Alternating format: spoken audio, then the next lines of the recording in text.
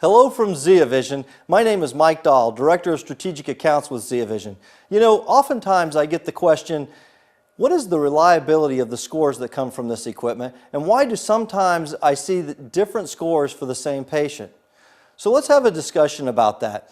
It's helpful to understand that the ZiaVision's Quantify instrument has been the premier instrument in macular pigment optical density testing in the United States for 7 years. This instrument is used by hundreds and hundreds of practices and has measured accurately over 2 million eyes. So why sometimes the variability?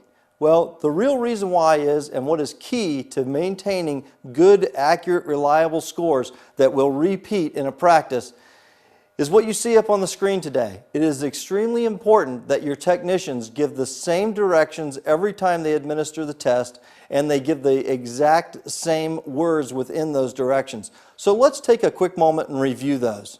First, it's important that when the patient places the response button in their hand, that they're resting their thumb on the button. It's also important to note that when the patient looks inside the viewfinder, and to make them aware that there's 3 horizontal dots, and they need to be focused on the center dot, and that the test begins after the dot turns blue. When they need to respond is at the beginning of that shimmer or flicker. So if you use these directions that you see on the screen now, it will increase the accuracy and your results. It will also keep retesting down to a minimum. The next thing I'd like to suggest to you is when you have questions like this, take 3 or 4 of your staff members. Have them test themselves every other day for about 2 or 3 weeks. Have them use these directions each time before they take this test and give an honest run. And you will find that the reliability of your graphs comes right back into play.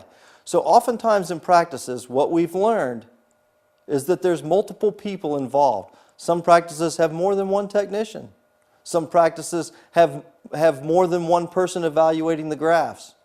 So take your time. Learn these initial instructions.